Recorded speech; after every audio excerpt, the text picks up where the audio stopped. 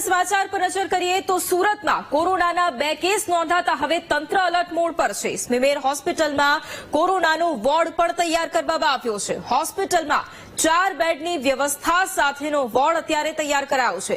વધુ બેડની જો જરૂર જણાશે તો હોસ્પિટલમાં વધુ વ્યવસ્થા પણ કરવામાં આવશે। કોરોનાના 2 કેસ નોંધાયા છે તેવામાં સુરત તંત્ર પણ અલર્ટ મોડ પર છે અને સ્મીમેર હોસ્પિટલમાં કોરોનાના વોર્ડ પણ તૈયાર કરવામાં આવ્યા છે। 4 બેડ સાથેનો વોર્ડ અત્યારે તૈયાર કરાયો છે।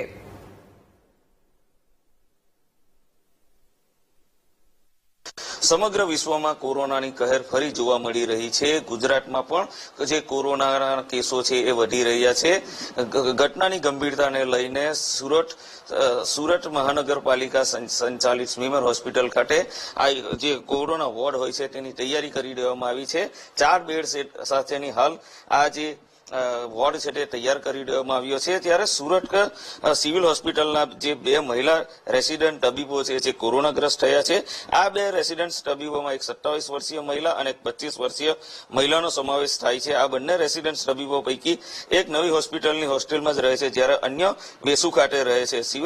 મહત્વનું છે કે સુરત સિવિલ હોસ્પિટલ ખાતે કોરોનાને લઈને હજુ સુધી પણ કોઈ વોર્ડ શરૂ કરવામાં આવ્યો નથી, ત્યારે સ્મીમેર હોસ્પિટલ ખાતે 4 વોર્ડનો શરૂ કરી દેવામાં આવ્યા છે અને જો કોરોનાના કેસોમાં વધારે થશે તો હજુ અન્ય બેડો પણ તૈયારી રાખવામાં આવી છે। ત્યારે કોરોનાને લઈને સુરત સ્મીમેર હોસ્પિટલ ખાતે કોરોના વોર્ડની તૈયારી કરી દેવામાં આવી છે। કેમેરામેન સરજુ પારેખ સાથે નિર્મલ પટેલ, VTV ન્યૂઝ, સુરત।